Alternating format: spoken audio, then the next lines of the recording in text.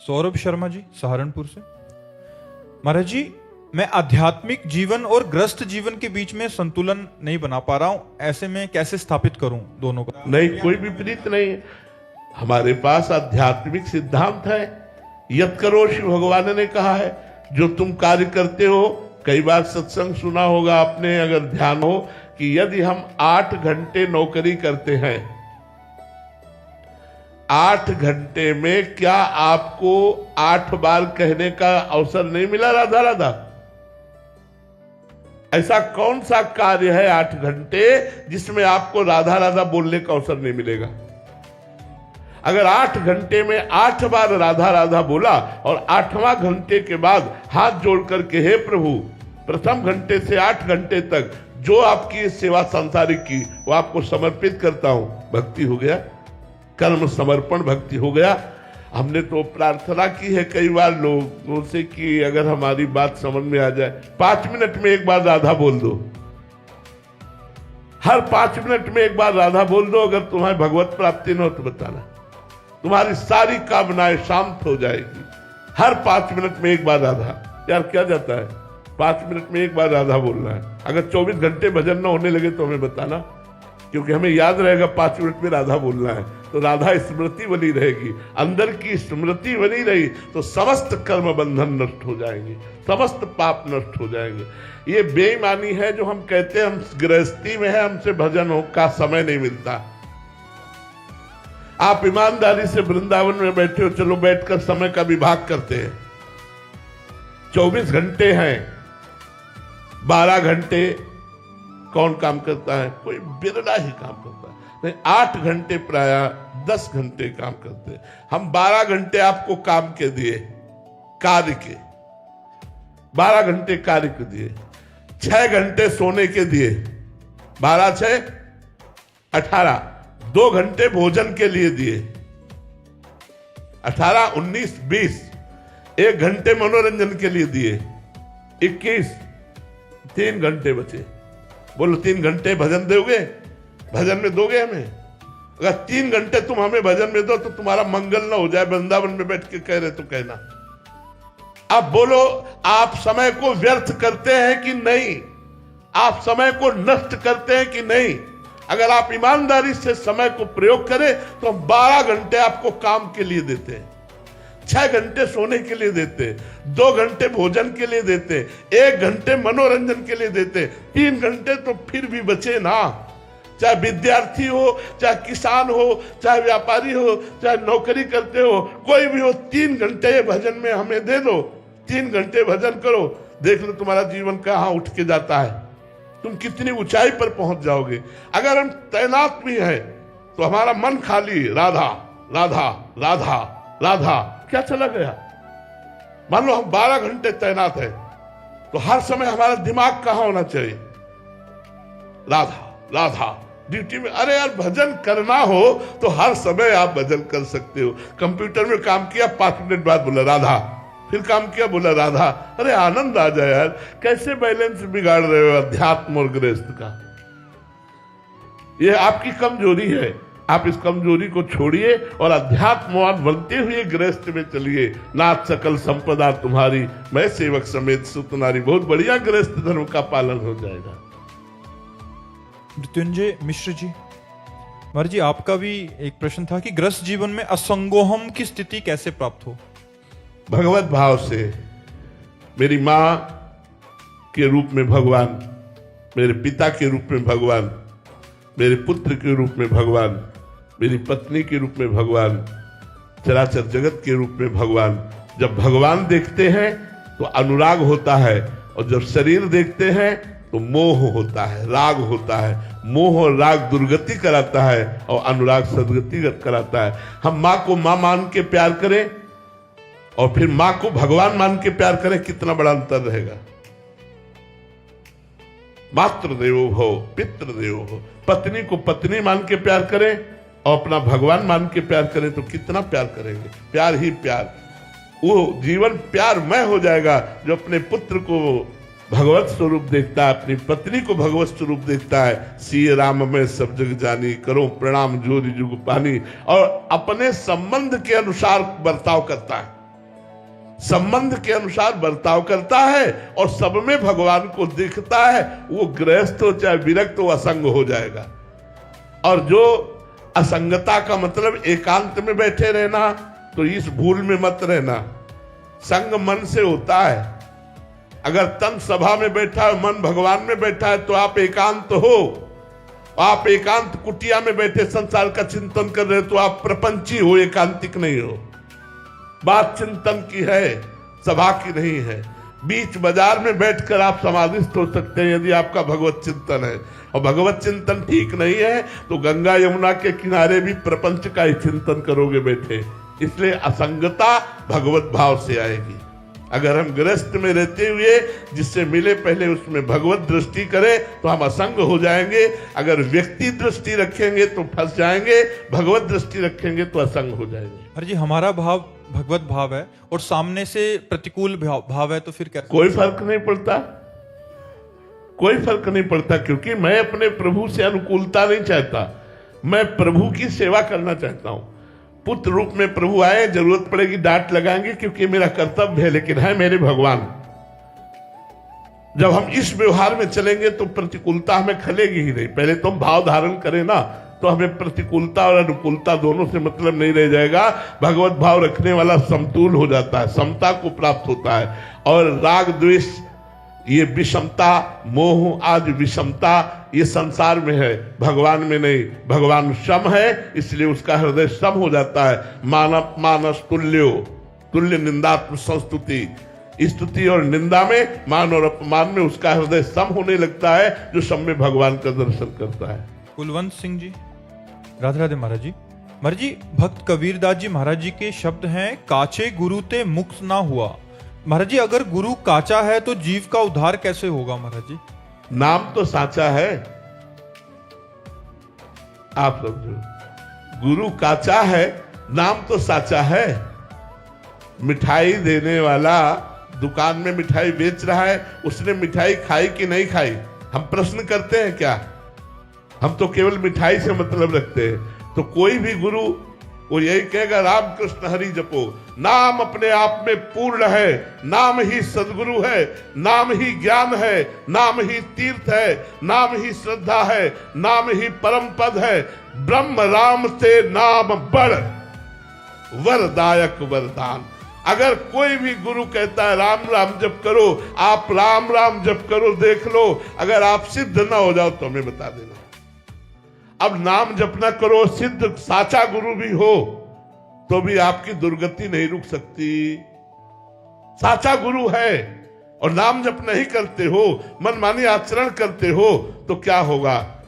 सिद्ध पुरुष के समीप भी हम आप पीछे अभी कह चुके हैं, कच्चे पाए गए। क्यों? क्योंकि उनकी आज्ञा का पालन नहीं करते। कोई भी गुरु नाम देता है, हम कहते हैं नाम पर भरोसा करो।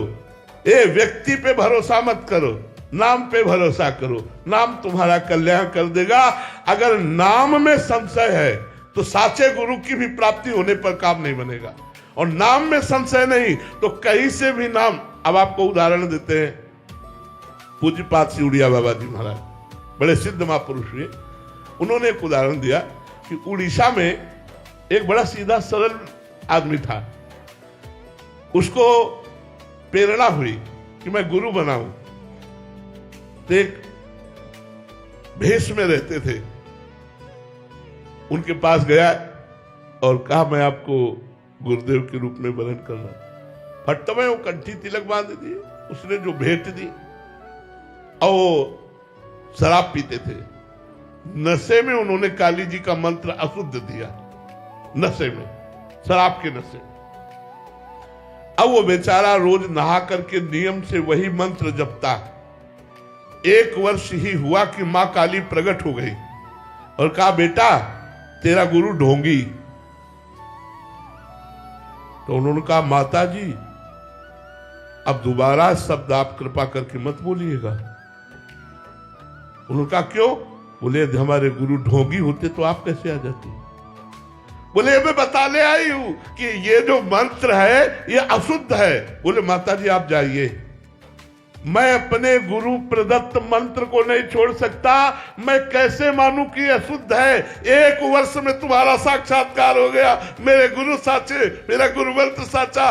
माताजी प्रसन्न हो गई और कहा आज के बाद हम विशेष सिद्धि इसी मंत्र से होगी। ये हमारी श्रद्धा होनी चाहिए। राम राम नहीं कह पाते थे, नारद जी ने मरा मरा कहा तो मरा मरा कह के सिद्ध महर्षि बन गए। ए भाई, यहां कौन साचा है कौन काचा है? जब सब में राम रमा है तो कौन काचा है? क्या गुरुवाणी ये आदेश नहीं करती कि सब में राम रमा है? जब सब में राम रमा है तो काचा कौन हुआ?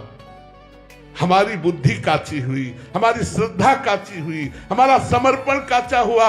यदि हमारा समर्पण साचा है तो नाम साचा है, वो साचे से मिला देगा, इसमें कोई संशय नहीं। ये हमारी श्रद्धा कहती है, ये हमारा भाव कहता है।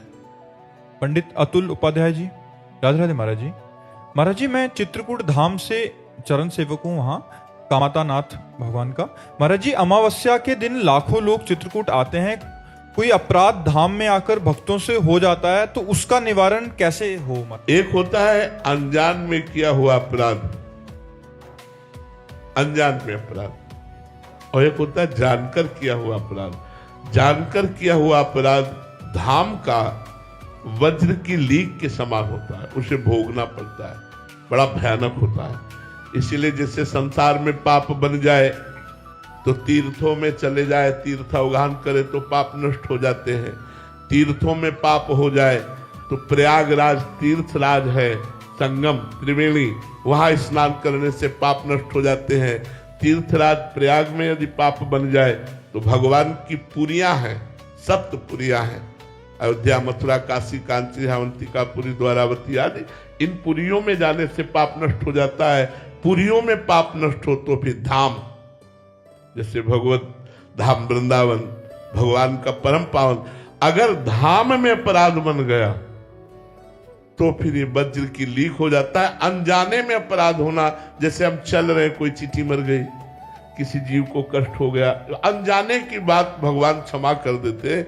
लेकिन अब जैसे आप परिक्रमा मार्ग में चल रहे, आप मसाला खाए, आप थूक रहे, आप बीड़ी पी रहे, आप दोना में कुछ खाया फेंक दिया, अब वो थूक किसी वैष्णव के चरणों में पड़ा जो नाम गुरुमंत्र जपता चला जाए, तुम्हारे सारे पुण्य नष्ट हो जाएंगे। वो जूठा दोना किसी वैष्णव के पैर में लगा, तुम्हारे सारे पुण्य नष्ट हो जाएंगे। अच्छा, यहां आकर जो गलत आचरण किए जाते हैं वो दुर्गति कर देते हैं। जैसे उपजाऊ भूमि में जो भी पड़ेगा वो बहुत ज्यादा प्रभाव दिखाएगा, ऐसे ये उपजाऊ भूमि है। अगर यहाँ 1 रुपया दान करोगे तो लाखों रुपया दान के बराबर है। 1 माला जप करोगे तो लाखों माला के बराबर है, और 1 पाप करोगे तो लाखों पाप के बराबर है। इसलिए धाम वास करने के लिए बिल्कुल बच्चा बनकर भगवान की शरण में होकर के धाम वास करे, यहाँ पाप ना होने पावे, अपराध ना होने पावे। एक बार हमने गुरु जी से पूछा था, अपने गुरु जी से 20 वर्ष पहले, कि महाराज जी, जिस धाम की इतनी महिमा वर्णन की गई, हम उसी धाम में मलमूत्र त्याग करते हैं, क्योंकि हम वासी हैं, हम यही वास करते हैं। और हो सकता है कोई शारीरिक अपराध बन जाए, कोई ऐसी चेष्टा बन जाए, क्योंकि पूरा जीवन वास कर रहे, कोई त्रुटि हो जाए तो उसका निराकरण कैसे होगा, उसका निवारण कैसे होगा? तो गुरुदेव ने कहा जो अखंड वृंदावन धाम वास करते हैं, और अगर ये जो मलमूत्र आदि की बात है वो ऐसी है जैसे माँ की गोद में मलमूत्र त्याग बच्चा करता है तो कोई अपराध नहीं माना जाता, ऐसे वृंदा टवी माँ है। और दूसरी बात, अगर जान करके कोई अपराध बन जाता है तो वो यही शरीर त्यागेगा, इसलिए उसके सारे पाप भस्म हो जाते हैं और वो भगवत प्राप्त हो जाता है। लेकिन जो आगंतुक है, जैसे आप 2 दिन के लिए वृंदावन आए, आप होटल बुक किए और संसारिकता में खान पान और सब गंदी बातें, गंदे आचरण, तो ये बड़ा भारी पाप की गठरी लिए जा रहे हो। अब ये कहीं छूटेगी नहीं, ये तुम्हें दुख देगी, ये तुम्हारा कहीं ना कहीं अहित कर देगी।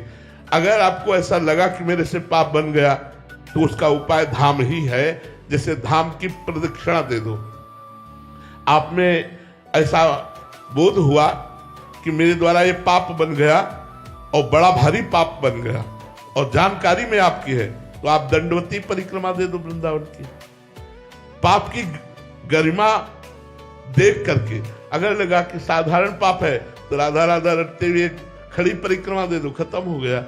लेकिन कोशिश करो धाम में आकर पवित्रता और संयम, इन दोनों का निर्वाह होता रहे। कहीं हमारा संयम न बिगड़ जाए, कहीं हमारी पवित्रता न बिगड़ जाए। यदि आपको ऐसा लगता है कि मैं यहाँ गलत कर रहा हूं तो भले जाकर के दूसरे क्षेत्र में रहो, यहाँ कभी कभी आ जाओ, लेकिन यहाँ पापाचरण मत करो। ये भगवत धाम है। अगर आपने आजीवन अखंड वृंदावन वास ले लिया तो फिर आप चिंता न करो, धाम संभाल लेगा, वो अपने आप सुधार लेगा।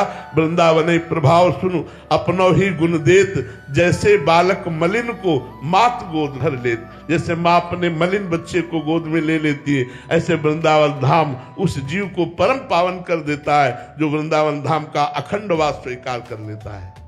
श्रवण कुमार जी, राधे राधे महाराज जी। महाराज जी, जब हमारा लक्ष्य भगवत प्राप्ति है तो ये जीव संसार में क्यों फंसता रहता है महाराज जी? एक लक्ष्य बना। हाँ यार, यही तो समस्या मन की है कि इसको समझाओ कि तुम्हारा जो लक्ष्य है वो श्री भगवान है, आनंद भगवान में, लेकिन ये नहीं मानता यार भैया। इसको लाख समझाओ कि परमानंद भगवान में है, शास्त्र कहते हैं, गुरु कहते हैं, लेकिन कहता नहीं। कभी रसेंद्री, कभी जनेन्द्री, कभी नेत्रेंद्री, कभी श्रवणेन्द्री, कभी घ्राणेन्द्री, शब्द स्पर्श रूप रसगंध मना खष्टान इंद्रियाणी प्रकृति स्थान करसती। ये प्रकृति की तरफ प्रवाह इसका हो गया भैया। वही महावीर है जो परमात्मा की तरफ इसका प्रवाह कर दे, अभ्यास के द्वारा, गुरु कृपा के द्वारा। लाख समझाओ, समझाने के बाद जब ये गलती करता तब भी समझाओ कि देखो तुमने भोगा, इसमें सुख है क्या। पर वो फिर दूसरे घंटे में नई रचना के लिए तैयार है, नए ढंग से भोगने के लिए तैयार है, नए शरीर को भोगने के लिए तैयार है, नई वस्तु को भोगने के लिए तैयार है। इसी से हमारी दुर्गति होती गई। सत्संग के द्वारा, नाम जप के द्वारा, शास्त्र स्वाध्याय के द्वारा, पवित्र सात्विक भोजन के द्वारा हम इसको सुधार सकते हैं। और ये अगर लग गया भगवान में तो बाजी जीत गए। भोगों से हटाकर भगवान में लगाना ही तो साधना है। अब ये साधना तो करनी पड़ेगी, पर है बड़ा बेईमान। ये हमने देखा है। हम अपनी बात कह रहे, संतों से बात सुनी जाती, उनके अनुभव की बात। 23 घंटे इस पे चढ़े रहो, 23 घंटे। 24वें घंटे में 5 मिनट के लिए छूट दे दो कि 23 घंटे से तो भजन और साधन 5 मिनट में इतनी खुराक इकट्ठा कर लेगा कि अगले 23 घंटे भजन नहीं होने देगा। बहुत बेईमान मन है। बड़े कृपा पात्र जन है वो जो अपने मन को श्री भगवान में लगा रहे हैं। इसलिए संतों की चरण रज, संतों की चरण वंदना, संतों की कृपा, यही हमारा सहयोग कर सकती है जो हमारा मन भगवान में लगे। इसलिए सत्संग करो, नाम जप करो, शास्त्र स्वाध्याय करो, पवित्र भोजन करो, कुसंग का त्याग करो। इसी से मंगल हो जाए। श्री राधा वल्लभ लाल की